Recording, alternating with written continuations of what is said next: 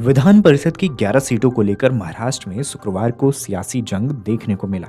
लोकसभा चुनाव में करारा झटका झेलने के कुछ ही सप्ताह के अंदर महाराष्ट्र में भाजपा गठबंधन ने विपक्षी दलों की महाविकास अघाड़ी को विधान परिषद चुनाव में धूल चटाकर आगे की रणनीति के संकेत दे दिए हैं। इस दौरान महाराष्ट्र में विधान परिषद के लिए वोटिंग हुई है, जिसमें क्रॉस वोटिंग का भी जिक्र है। बता दें कि इस चुनाव के लिए 12 प्रत्याशी मैदान में हैं।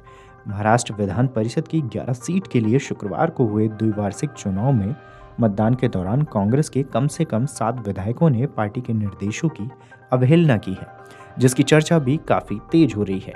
पार्टी सूत्रों ने बताया है कि 37 विधायकों वाली कांग्रेस ने अपने उम्मीदवार प्रज्ञा सातव के लिए 30 प्रथम वरीयता के वोटों का कोटा तय किया था और शेष 7 वोट सहयोगी शिवसेना के उम्मीदवार मिलिंद नार्वेकर को मिलने थे, लेकिन सातों को 25 और नार्वेकर को 22 प्रथम वरीयता के वोट मिले, जिसका मतलब ये है कि कम से कम 7 कांग्रेस के विधायकों ने क्रॉस वोटिंग की है। बीजेपी, शिवसेना और राष्ट्रवादी कांग्रेस यानी एनसीपी के सत्तारूढ़ महायुति गठबंधन ने लड़ी गई सभी 9 सीट पर जीत हासिल की, जबकि शरद पवार के नेतृत्व वाली एनसीपी की ओर से समर्थित पीजेंट्स एंड वर्कर्स पार्टी पीडब्ल्यूयूपी के जयंत पाटिल हार गए, जिसका आलम ये रहा कि एनसीपी को बड़ा झटका लगा है। बीजेपी, शिवसेना और एनसीपी के सत्ताधारी महायुति गठबंधन ने शुक्रवार को राज्य विधान परिषद की 11 में से उन सभी 9 सीट पर जीत दर्ज की जिस पर चुनाव लड़ना था, जबकि महाविकास अघाड़ी ने 2 सीट पर दर्ज की है। बीजेपी ने 5 सीट पर जीत दर्ज की है, जबकि 2-2 सीट पर मुख्यमंत्री एकनाथ शिंदे की अगुवाई वाली शिवसेना और अजित पवार के नेतृत्व वाली एनसीपी ने जीत दर्ज की है। विपक्षी एमवीए की तरफ से शिवसेना के प्रमुख उद्धव ठाकरे के करीबी सहयोगी मिलिंद नार्वेकर और कांग्रेस उम्मीदवार प्रज्ञा सातव ने जीत दर्ज की।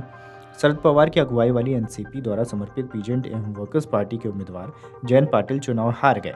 चुनाव की जरूरत इसलिए पड़ी क्योंकि विधान परिषद के 11 सदस्य 27 जुलाई को अपना 6 साल का कार्यकाल पूरा कर रहे थे।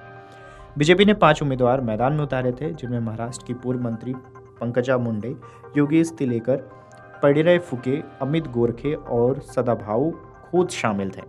शिवसेना ने लोकसभा के 2 पूर्व सदस्य शशि वाजीराव गर्जे और राजेश विटेकर को टिकट दिया था। कांग्रेस ने सातव को 1 और कार्यकाल के लिए नामित किया था, जबकि शिवसेना ने नार्वेकर को मैदान में उतारा था।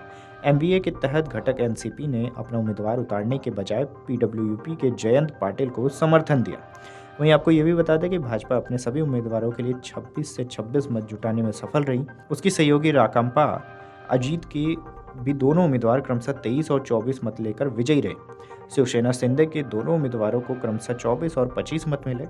दूसरी ओर महाविकास अघाड़ी के दलों में सर्वाधिक 25 मत कांग्रेस उम्मीदवार डॉक्टर प्रज्ञा सातव को मिले। ये भी बता दें, अजित पवार ने दावा किया है कि विधान चुनाव में भी इसी रणनीति कौशल का प्रदर्शन महायुति पुनः सरकार बनाएगी। देवेंद्र फडणवीस ने कहा है कि प्रधानमंत्री नरेंद्र मोदी के नेतृत्व में अब जीत का सिलसिला शुरू हो गया है। यह आगे विधानसभा चुनाव में भी जारी रहेगा। बहरहाल इस खबर पर आपकी क्या राय है, हमें कमेंट करके जरूर बताएं। वीडियो डेस्क अमरउजाला.com। अगर आप ये वीडियो YouTube पर देख रहे हैं तो हमारे चैनल को सब्सक्राइब करें और बेल आइकन को दबाना ना भूलें। अगर आप Facebook पर ये वीडियो देख रहे हैं तो हमारे पेज को लाइक करें।